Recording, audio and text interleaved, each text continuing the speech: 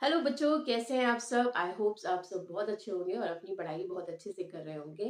तो आज हम लोग नेक्स्ट टॉपिक डिस्कस करने वाले हैं, very interesting and very important, जो है how do metals and non metals react. भाई ये रिएक्ट क्यों करते हैं, सीधी सी बात है, रिएक्शन क्यों होती है इनकी आपस में, या एक दूसरे से या अलग से, ये क्यों रिएक्शन को शो करते हैं, ये सबसे इंपॉर्टेंट बात है कि इनकी रिएक्टिविटी क्यों है। ठीक है, तो भाई एक नॉर्मल सी बात समझ लीजिए कि कोई भी मेटल है और कोई भी नॉन मेटल है, वो अपने आप में अपने आप को स्टेबल करना चाहता है। वो चाहता है कि मैं स्टेबल हो जाऊं, मैं अपने आप को सेटल डाउन करूं। कोई भी हो, मैं हूँ, आप है, कोई और है, वो हर किसी को अपनी स्टेबिलिटी है। कोई ये चाहता है कि मैं ये कर लूं तो मैं स्टेबल हूं, तो कोई चाहता है कि मैं ये कर लूं तो मैं स्टेबल हूं। तो स्टेबिलिटी की डेफिनेशन हर किसी की अलग अलग है। ठीक है, ऐसे ही इन मेटल्स की एक डेफिनेशन है जो है फिक्स्ड डेफिनेशन। क्या है कि अगर इनके आउटर मोस्ट में 8 इलेक्ट्रॉन्स प्रेजेंट हैं तो ये अपने आप को स्टेबल मानते हैं। अगर 8 इलेक्ट्रॉन्स प्रेजेंट नहीं है तो उसको ये कंप्लीट करने के लिए रिएक्शन को शो करते हैं। सपोज जैसे मान लीजिए किसी के आउटर मोस्ट में 5 इलेक्ट्रॉन्स है, तो कितने इलेक्ट्रॉन्स की उसे नीड है, 3 इलेक्ट्रॉन्स की। तो ये वो नीड जो है वो अपने आप में एक रिएक्शन को क्या करेगी, स्टार्ट करने की प्रोसेस को शुरू कर देगी, क्योंकि उसके पास 8 इलेक्ट्रॉन्स नहीं है। वो चाहता है कि मैं 8 इलेक्ट्रॉन्स कंप्लीट कर लूं और अपने आप में स्टेबल हो जाऊं। अब कुछ ऐसी मेटल्स हैं या नॉन मेटल्स हैं, उनकी अलग अलग डेफिनेशन है। जैसे मेटल्स के बारे में बात करूं, मेटल्स के लिए नीड क्या है कि उनके पास एक्स्ट्रा इलेक्ट्रॉन्स होते हैं। एक तो होते ही हैं, लेकिन उनके पास एक्स्ट्रा इलेक्ट्रॉन्स होते हैं। कितने, 1 2 3, तो वो 3 तक इलेक्ट्रॉन्स को लूज कर देते हैं। जैसे नॉन मेटल्स की बात करूं तो उनके आउटर मोस्ट में होते हैं 5 6 7। वो अपने आप में एक्स्ट्रा इलेक्ट्रॉन्स चाहते हैं कि मैं भी एक्स्ट्रा इलेक्ट्रॉन ले लूं, और जो मेरे आउटर मोस्ट की शेल है वो 5 6 7 से क्या हो जाए, 8 हो जाए। अभी हम लोग डिस्कस करेंगे कैसे, थोड़ा धीरे धीरे करते जाएंगे, कोई प्रॉब्लम नहीं है। तो कहने का सेंस ये है, मेटल्स जो है वो लूज करके स्टेबल होते हैं, 8 आउटर मोस्ट रखते हैं। और नॉन मेटल्स जो है वो 8 तब करते हैं जब वो गेन कर लेते हैं। तो इसका मतलब ये है कि हर किसी को 8 इलेक्ट्रॉन चाहिए। लेकिन इसमें भी एक ये जो आपकी पीरियोडिक टेबल है, जो आपकी पूरी तरीके से एक बैकबोन है केमिस्ट्री की, उसमें एक ग्रुप ऐसा भी है जो ऑलरेडी स्टेबल है, उसे कोई नीड ही नहीं है। भाई तुम आपस में रिएक्शन करते रहो, मेरी कोई जरूरत नहीं है, मैं तो ऑलरेडी 8 इलेक्ट्रॉन्स को कंटेन करके बैठा हूँ। तो वो जो ग्रुप होता है बच्चों, वो भी मैं अभी आपको बताती हूँ, उसको हम लोग कहते हैं नोबल गैस। और इसको ग्रुप 18 में रखा जाता है। ये ग्रुप 18 है। इसमें इसका एक और नाम हो जाता है बच्चों, इनर्ट गैस। ये इनर्ट है क्योंकि ये किसी के साथ रिएक्शन नहीं करती, इसीलिए हम इसे इनर्ट वर्ड दे देते हैं। नोबल है, दैट मीन्स कि अलग से कुछ इसकी प्रॉपर्टीज है। ग्रुप 18 है, ग्रुप 18 में इसे रखा गया, इसलिए हम इसे ग्रुप 18 बोल रहे हैं। तो इसका मतलब ये है कि ये इस ग्रुप की कुछ खासियत है। अनरिएक्टिव आप बोल सकते हैं, केमिकली अनरिएक्टिव गैसेस भी बोल सकते हैं, ठीक है, इनर्ट गैस भी बोल सकते हैं, जैसी आपकी मर्जी। तो इसमें कुछ गैसेस हैं जैसे कि helium, neon, argon, krypton, xenon और रेडॉन। ये हमारी गैसेस हैं। अभी 118 जो गैसेस है वो भी आ गई है। तो हम इनकी बात अभी कर रहे हैं। इसको कैसे याद कर सकते हैं, हेलन ने आमिर, करीना, जरीना को रेन डांस पर बुलाया। आप ऐसे याद कर सकते हैं। इसका एटॉमिक नंबर आप कैसे याद करेंगे, जैसे इसका 2 है तो इसमें 8 ऐड कर दो, तो ये क्या हो जाएगा, 10। फिर 8 ऐड कर दो तो क्या हो जाएगा, 18। 18 के बाद अब 8 ऐड कर दिया, अब 18 ऐड करो दोबारा। मतलब पहले आपने 8 ऐड करा, फिर 8 ऐड करा, फिर 18 ऐड करा, फिर क्या हो गया, 36। ये 36 हो गया। फिर 18 ऐड करो तो क्या हो जाएगा, 54। ठीक है, देखिए टोटल कर लीजिए, कोई प्रॉब्लम नहीं है। 36 में 18 ऐड करेंगे क्या हो जाएगा, 54। अब इसमें क्या यूज करेंगे आप, हाँ अब इसमें 32 ऐड करिए, 32, तो कितना हो जाएगा, 86। सही है, कोई प्रॉब्लम तो नहीं है। इस तरीके से हमें इसको करना है। तो हमें याद रखना है कि सबसे पहले हमने 8 8 ऐड किया, फिर हमने 18 18 करा, और लास्ट में 32 होता है ना, मैजिक नंबर 2 8 18 32, वही हमने यूज किया हुआ है यहाँ पे। ठीक है, ये शॉर्ट टर्म में मैंने इसलिए इसको आपको बता दिया। तो ये जो है ये ऑलरेडी स्टेबल है, इनके आउटर मोस्ट में 8 इलेक्ट्रॉन्स ऑलरेडी प्रेजेंट होते हैं, जिसकी वजह से ये रिएक्शन को शो ही नहीं करते किसी के साथ। एबनॉर्मलिटीज है, मतलब रिएक्शन में और भी हम देखेंगे, जैसे जिनॉन है, ठीक है, आपका क्रिप्टन है, ये कहीं ना कहीं रिएक्शन को शो कर देता है, but this is a exceptional cases, तो हम उनकी बात अभी नहीं कर रहे हैं। हम नॉर्मल अभी 10th क्लास के लेवल पे बात करते हैं कि हमने ये चीज जो है वो नोबल गैस की कैटेगरी में रखनी है, क्योंकि ये अपने आप में अनरिएक्टिव गैसेस होती है, इनके अंदर कोई भी रिएक्शन नहीं होता। अब एक एबनॉर्मल कैरेक्टर दिखाई देता है हीलियम का। हीलियम के पास में 2 इलेक्ट्रॉन्स है, 8 इलेक्ट्रॉन्स तो है नहीं, लेकिन फिर भी हीलियम 2 स्टार्टिंग जो उसकी फर्स्ट शेल है उसमें ही 2 इलेक्ट्रॉन्स प्रेजेंट है, वो अपने आप में किसी के साथ रिएक्शन को शो ही नहीं करता है, जिसकी वजह से वो स्टेबल नेचर में रहता है। इसलिए हीलियम के पास 8 नहीं है, no problem, but it has the ability to stable in nature because it doesn't react with anyone. तो आप ये बात ध्यान रखिए कि ये नोबल गैसेस होती है, और नोबल गैसेस अपने आप में अनरिएक्टिव गैसेस होती है, किसी के साथ रिएक्शन को शो नहीं करती है। अब ये बात हमने नॉर्मली पढ़ ली। अब दूसरी बात हमें यहाँ पर ये पढ़नी है कि हम इसको कैसे करें। जैसे कि हमारे पास मैजिक रूल क्या है, 2 8 18 32, ये आपको पता होगा, 9th क्लास में था, लेकिन फिर भी मैं आपको ये बता देती हूँ। पहली शेल में 2 इलेक्ट्रॉन्स, ये फर्स्ट शेल होती है के, फिर एल, फिर एम, फिर एन। हम एम वाली शेल को थोड़ा सा एक तरीके से ब्रेक डाउन करके करते हैं, थोड़ा सा उसको डिफरेंशिएट कर देते हैं। कैसे? 8 8 और 2 इस तरीके से लिख देते हैं। 32 को हम 4 टाइम्स 8 कर देते हैं, मतलब एक शेल्फ पहले भरेगी, मतलब एन शेल्फ में ही पहले 1 2 3 ABCD करके आप इसे समझ सकते हैं।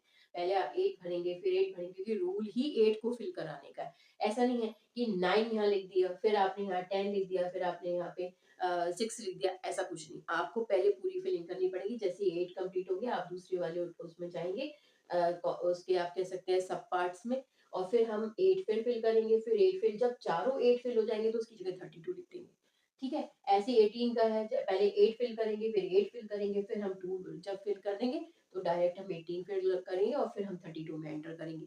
तो पहले 2 इलेक्ट्रॉन्स हो, फिर कंप्लीट हो जाए तो 8, फिर कंप्लीट हो जाए तो 18 के पहले 8 में, फिर दूसरे बार फिर 18 के 8 में, फिर थर्ड बार 18 के 2 में जाएंगे। फिर जब ये तीनों फिल हो जाएंगे तो उसकी जगह 18 लिख देंगे, फिर 32 के फर्स्ट 8 में जाएंगे, फिर सेकंड में जाएंगे, फिर थर्ड में जाएंगे, फिर फोर्थ में जाएंगे।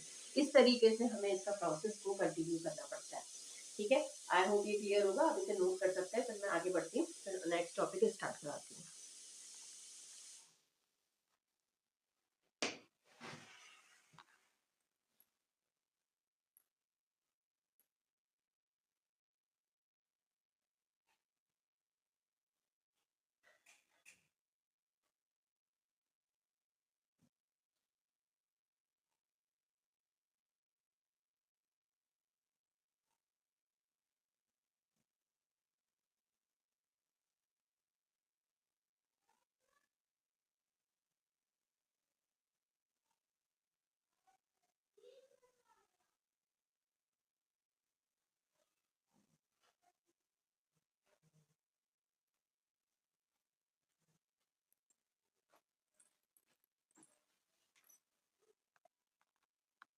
चलिए आगे बढ़ते हैं बच्चों, नेक्स्ट टॉपिक स्टार्ट कराते हैं।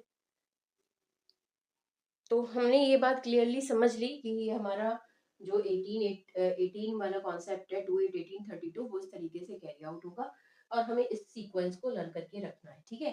तो ये हमारी पहली प्रायोरिटी हो गई कि हमें इस बात पे फोकस करना है। देखिए, कभी भी जो भी हमारे एलिमेंट्स हैं, ये नोबल गैसेस को छोड़ दें तो बाकी जो मेटल्स हैं और नॉन मेटल्स हैं, उनकी क्या प्रायोरिटी होती है, उनकी क्या रिएक्शन होती है, ये भी मैं आपको भी बताऊंगी। 8 इलेक्ट्रॉन्स को आउटर मोस्ट में रखना ही रखना है हमें। हीलियम वाले केस को छोड़ दीजिए, क्योंकि वो तो नोबल गैस में एक एक्सेप्शनल बात है कि उसके 2 ही रहेंगे। तो हमारी फर्स्ट शेल जो होती है वो के होती है, फिर एल होती है, फिर एम होती है, और फिर एन होती है। ये हमारी नॉर्मल शेल है, ये हमने 9th में भी स्टडी करा है। फर्स्ट शेल में 2 आते हैं, फिर 8 आते हैं, फिर 18 आते हैं, और फिर 32 आते हैं। मैंने अभी इसको थोड़ी से ब्रेक डाउन करके आपको बता ही दिया कि 18 को आप 8 8 2 में लिखेंगे, और इसमें 4 टाइम्स आप क्या कर देंगे, 8 कर देंगे। ठीक है? ये बात हमने पढ़ ली और समझ ली कि इस तरीके से प्रोसेस होगा। अब क्या है कि हम इसको थोड़ा सा इस लेवल पे चल रहे हैं कि हम 1 से लेके 20 तक के इलेक्ट्रॉनिक कॉन्फ़िगरेशन को स्टडी करेंगे। इलेक्ट्रॉनिक कॉन्फ़िगरेशन को स्टडी करेंगे। ये हमारा इलेक्ट्रॉनिक कॉन्फ़िगरेशन है, हम इसको स्टडी करने वाले हैं बच्चों। ठीक है, तो देखते हैं। सबसे पहले हमारा फर्स्ट एलिमेंट जो है वो है हाइड्रोजन, हीलियम, फिर लिथियम, फिर बेरिलियम, फिर बोरॉन, फिर कार्बन, फिर नाइट्रोजन, फिर ऑक्सीजन और फिर फ्लोरीन, ये नियॉन। ठीक है, sodium, magnesium, aluminium, silicon, phosphorus, sulphur, chlorine, argon, potassium और कैल्शियम। ये 1 to 20 मैंने मेंशन कर दिया, उसका हमने सिंबल्स मेंशन कर दिए। इसका एटॉमिक नंबर ये यहाँ पे 1 है, 2, 3, 4, 5, 6, 7, 8, 9, 10, 11, 12, 13, 14, 15, 16, 17, 18, 19 और ये 20। यहाँ तक बहुत है आपके लिए। फर्स्ट शेल है, क्या लिखना होता है मैं यहाँ पे थोड़ा सा आपको बता देती हूँ। फर्स्ट शेल के, एल, एम और एन, ये 2, 8, 18 और 32। 18 को डिवाइड कर दीजिए 8, 8, 2 में, ये आपको याद रखना है। तो 1 इलेक्ट्रॉनिक कॉन्फ़िगरेशन में एटॉमिक नंबर्स के ही नंबर्स को लिया जाता है। तो यहाँ पर 1 है तो 1 के में जाएगा, तो फर्स्ट 1 लिख दिया। लेकिन हमारी लिमिट कितने की है, 2 की, तो हम 2 तक भर सकते हैं उसमें। तो ये हमने 2 लिख दिया, क्योंकि फर्स्ट शेल में 2 इलेक्ट्रॉन्स ही जाते हैं। ये फर्स्ट शेल है, ये सेकंड शेल है, थर्ड है, ये फोर्थ शेल है। ठीक है, तो अब हमने क्या करा, लिथियम के पास 3 इलेक्ट्रॉन्स हैं, तो फर्स्ट में 2 में जाएंगे, फिर 1 बचा 3 में से, वो एल वाली शेल में गया जिसमें 8 इलेक्ट्रॉन्स हमारी लिमिट है। फिर हमने क्या करा, 2, 2, क्योंकि 4 इलेक्ट्रॉन्स है 2 फर्स्ट में, और फिर 2 बचे तो 2 हमारे एल में चले गए जिसमें 8 इलेक्ट्रॉन्स प्रेजेंट है। फिर 2, 3 आ गया, फिर 2, 4 आ गया, फिर 2, 5 आ गया, फिर 2, 6 आ गया, फिर 2, 7 आ गया। ठीक है, और 2, 8 आ गया। अब 8 तक की लिमिट है, इसके आगे हम बढ़ नहीं सकते, 9 कर नहीं सकते। तो अब हमें एम शेल में जाना पड़ेगा। तो 2, 8, 1, ये 1 इसमें आ गया है। फिर हमने लिखा 2, 8, 2, फिर लिखा हमने 2, 8, 3, फिर हमने लिखा 2, 8, 4, फिर हमने लिखा 2, 8, 5। जब तक 8 ना हो जाए इसके तब तक फिल करते रहो।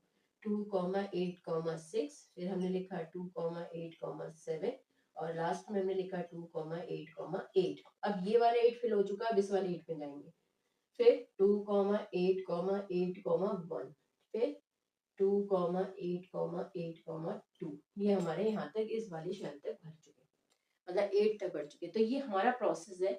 हमने इस तरीके से इलेक्ट्रॉनिक कॉन्फ़िगरेशन 1 to 20 करना है। आपको मैंने सारे एलिमेंट्स बता दिए, मतलब मेटल्स बता दिए, नोबल गैसेस भी हैं इसमें। जैसे हमारी फर्स्ट ये नोबल गैस हो गई, हमारी नियॉन हो गई और हमारी आर्गन हो गई। 1 to 20 में 3 नोबल गैसेस ऑलरेडी आ ही जाती हैं, तो आप इसमें इसको रीड आउट करके समझ सकते हैं अच्छे से। और ये प्रोसेस हम फिर आगे कंटिन्यू करेंगे, तो यहाँ तक ये स्टडी करके रखिएगा। फिर मैं इसके आगे आपको न्यू टॉपिक इसी से रिलेटेड कंटिन्यू कराऊंगी, लेकिन ये थोड़ा सा लर्न करने वाला है, समझने वाला है, तो थोड़ा टाइम दे रही हूँ आपको। फिर नेक्स्ट क्लास में हम लोग मिलते हैं। Have a good day, thank you. तो चलिए बच्चों, नेक्स्ट टॉपिक डिस्कस करते हैं हम लोग। जो हमारा नेक्स्ट टॉपिक चल रहा था, reaction of non metals with chlorine. तो अब हम नेक्स्ट टॉपिक को डिस्कस करने वाले हैं। तो अब हम क्या करेंगे, सबसे पहले ये हमारी हमने 4 रिएक्शंस ऑलरेडी कंप्लीट कर लिए हैं। ये हमारी 5th रिएक्शन होगी, reaction of non metals with chlorine बच्चों। तो ये 5th है, reaction of non metals with chlorine. कोई भी जल्दी नहीं है, आराम से हम लोग पढ़ेंगे, हर एक टॉपिक डिस्कस इजीली करेंगे, जिससे आपको बुक खोलने की कोई नीड ना हो। इस तरीके से हमारा एक्सप्लेनेशन हो कुछ। ठीक है, तो देखिए नॉन मेटल्स जब भी क्लोरीन के साथ रिएक्ट करते हैं तो वहां पर कोवलेंट क्लोराइड्स बनाते हैं, कोवलेंट क्लोराइड्स की फॉर्मेशन करते हैं। पीछे हमने आयनिक क्लोराइड्स की फॉर्मेशन कराई थी जब हमने मेटल्स को क्लोरीन के साथ रिएक्ट करवाया था। तो आप पीछे देखिएगा, मैंने एक वीडियो बनाई हुई है, उसमें बहुत ही डिटेल में सारी बातें हैं। तो आपने वहां पर एक चीज देखी है, मैं आपको भी यहाँ पे एक्सप्लेनेशन भी दे देती हूँ। जैसे कि अगर नॉन मेटल्स हैं ये, तो ये नॉन मेटल्स जब भी क्लोरीन के साथ रिएक्ट करेंगे बच्चों, तो वहां पर हमारा हमारा वहां पर क्या बनेगा, हमारा कोवलेंट क्लोराइड्स बनेंगे। ठीक है, कोवलेंट क्लोराइड्स बनेंगे। लेकिन अगर मेटल के साथ ये रिएक्शन चलेगी क्लोरीन की ठीक, तो वहां पर फॉर्मेशन किसकी चीज की होगी, वहां पे आयनिक क्लोराइड्स की होगी। याद रखिएगा ये बात। ठीक है, दोनों में क्या अंतर है कि आयनिक क्लोराइड्स आयंस को कंटेन करेंगे, ये आयंस की फॉर्मेशन भी होंगे, और इसी की वजह से ये कंडक्ट करेंगे इलेक्ट्रिसिटी, इनकी इलेक्ट्रिसिटी कंडक्ट करने की पावर होगी। लेकिन ये कोवलेंट है, शेयरिंग से बनेंगे, शेयरिंग होगी। और शेयरिंग का मतलब ये होता है कि जब मेटल्स नॉन मेटल्स आपस में रिएक्ट करें तब हम उसको शेयरिंग का कॉन्सेप्ट देते हैं। यहाँ पे आयंस की फॉर्मेशन नहीं होगी, यहाँ पे do not form any types of ions. तो आप ये लिख सकते हैं no ions will be formed, तो no ions will formed here, will formed here. ठीक है, तो यहाँ पे शेयरिंग की बात ही हो रही है, फॉर्म्ड हियर। तो यहाँ क्या होगा, यहाँ आयंस ही नहीं है। तो अगर आयंस ही नहीं है तो electricity conduct, no electricity conduct, तो इलेक्ट्रिसिटी यहाँ पे कंडक्ट नहीं होगी, नो इलेक्ट्रिसिटी कंडक्ट। ठीक है, ये बात आपको याद रखनी है। दूसरी बात आपको क्या याद रखनी थी यहाँ पर, कि ये अपने आप में नॉन वोलाटाइल होंगे। नॉन वोलाटाइल का मतलब क्या होता है, नॉन वोलाटाइल मतलब it do not change the states at room temperature, that is considered to be a non volatile. तो जो मेटल क्लोराइड्स मतलब फॉर्मेशन होती है आयनिक क्लोराइड्स की, वो एक अपने आप में चेंज नहीं करते, स्टेट अपने आप को एज इट इज फॉर्म में रखती है। ठीक है, दूसरी बात हम यहाँ पे क्या बात कर रहे हैं कि ये नॉन इलेक्ट्रोलाइट्स है, ये इलेक्ट्रोलाइट्स है बच्चों। ये हमने पीछे पढ़ा था कि हमने इसके बारे में बात करी थी कि इलेक्ट्रोलाइट्स है। And electrolytes, you know that when the something is dissolved in water, then they are capable to conduct the electricity because they have a free ions. But in that case, that means in covalent chloride there is no free ions, that means they are non electrolyte. तो अगर मैं यहाँ पे mention करना चाहूँ कि this is non electrolyte, that is a correct word। तो ये non electrolyte की पॉइंट में हम इसको कंसीडर कर सकते हैं। तो this is the difference between when metals and non metals react with chlorine. तो आपको ये बात याद रखनी है। अब ऐसे ही यहाँ पर हम हाइड्रोजन की बात कर रहे हैं क्लोरीन के साथ, because hydrogen is a non metal. तो हाइड्रोजन है और क्लोरीन है और यहाँ पे रिएक्शन हो गई तो बन गया HCl। याद रखिए क्लोरीन एक जो है वो इलेक्ट्रोनेगेटिव एलिमेंट है, that means it has a power, more power to attract the electrons. तो हाइड्रोजन से इलेक्ट्रॉन्स मिलेगा। तो हाइड्रोजन जो चाहता ही है कि मैं अपने इलेक्ट्रॉन्स को प्रोवाइड कराऊं, दूं किसी के लिए, तो ये क्या करता है, इलेक्ट्रॉन्स देता है। तो इसके सामने ये मेटल हो जाता है और इसके सामने ये तो नॉन मेटल है ही है। ठीक है, लेकिन हम इसको कंसीडर क्या करते हैं, क्योंकि हम कोवलेंट क्लोराइड्स बना रहे हैं, शेयरिंग करवा रहे हैं। तो यहाँ पर ट्रांसफर ऑफ इलेक्ट्रॉन्स नहीं चल रहा है, यहाँ पर शेयरिंग ऑफ इलेक्ट्रॉन्स चल रहा है। तो हाइड्रोजन और क्लोरीन जब भी रिएक्ट करते हैं तो वहां पर HCl की फॉर्मेशन बनाते हैं। और HCl जो होता है वो एक कोवलेंट क्लोराइड्स की फॉर्म में एग्जिस्ट करता है। क्यों, क्योंकि हाइड्रोजन का एक इलेक्ट्रॉन है, Cl के पास कितने टोटल इलेक्ट्रॉन्स है बच्चों, 7 आउटर मोस्ट में। तो ये एक इलेक्ट्रॉन इससे कैरी कर लेगा और ये भी एक इलेक्ट्रॉन इससे कैरी कर लेगा, दोनों की शेयरिंग हो जाएगी। तो म्यूचुअल शेयरिंग की वजह से ही तो वर्ड यहाँ पर आया है कोवलेंट क्लोराइड। तो ये बात मैंने आपको इस वे में समझा दी, आई थिंक ये आपको क्लियर हो गई होगी। ठीक है बच्चों, तो अब ये फिफ्थ पॉइंट हमने कंसिडर कर लिया। देखिए कोई भी टॉपिक ऐसा है जो उसके रिलेशन में है तो उसको थोड़ा सा आप क्या करिए, ब्रेक डाउन करके लिखिए। जब आप उसे ब्रेक डाउन करके लिखेंगे then it is easy to understand and it is easy to learn also. तो यहाँ हम इस बातों को फोकस करके चल रहे हैं। ठीक है, तो अब हमारे पास नेक्स्ट टॉपिक क्या आने वाला है, नेक्स्ट टॉपिक आने वाला है कि हाइड्रोजन के साथ क्या होगा। हाइड्रोजन के साथ नॉन मेटल जब रिएक्ट करेंगे तो कैसी रिएक्शन हम शो करने वाले हैं। तो पहले आप इसके जरा स्क्रीनशॉट ले लीजिए या इसे नोट डाउन कर लीजिए, फिर मैं आगे के लिए कंटिन्यू करूँगी।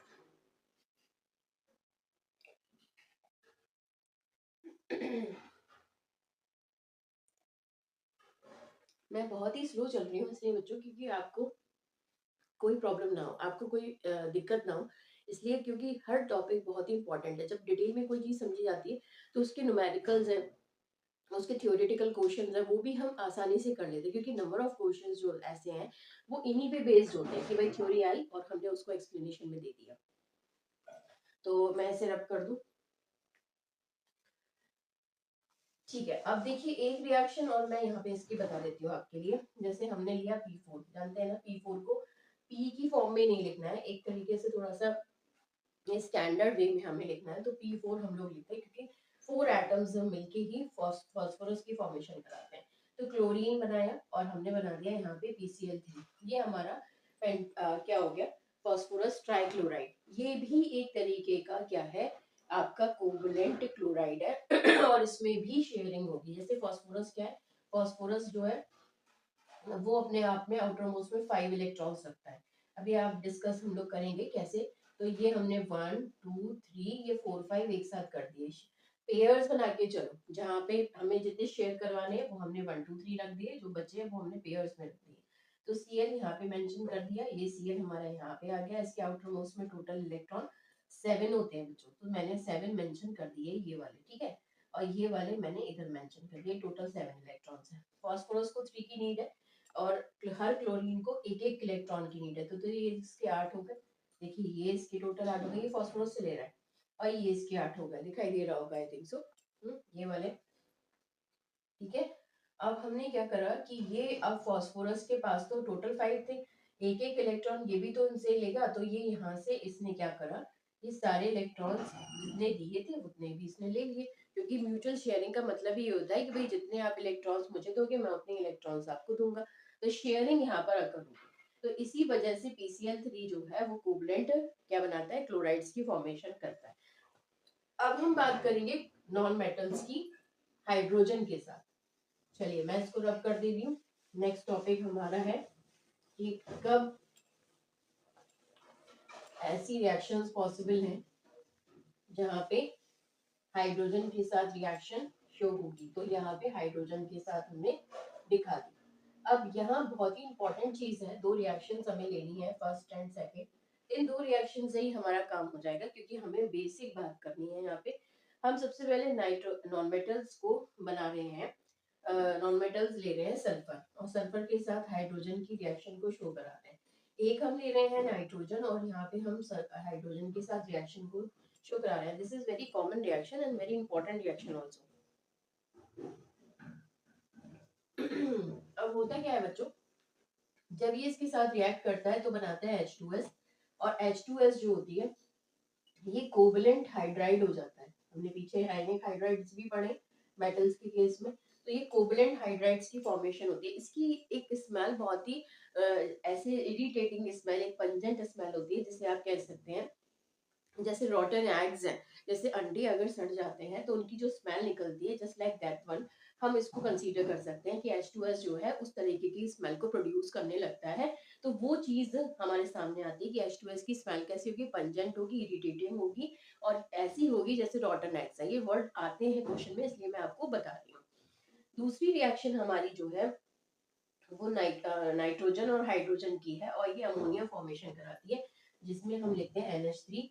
ये एक कैटलिस्ट होता है। कैटलिस्ट का मतलब आई थिंक आप ये समझते हैं कि which speed of the reaction, which speed of the rate of the reaction, but do not take part in reaction. Reaction में कहीं आपको ये प्रोडक्ट में नहीं दिखेगा, लेकिन बस इनका काम क्या होगा कि ये रिएक्शन को स्पीड अप कर देगा, उसकी रिएक्शन को फास्ट कर देगा, रेट ऑफ रिएक्शन को बढ़ा देगा, ठीक है। तो ये नाइट्रोजन ले ली हमने, ये हाइड्रोजन ले ली, और हमारा प्रोडक्ट बना गया आपका क्या, अमोनिया। अमोनिया की फॉर्मेशन हो गई।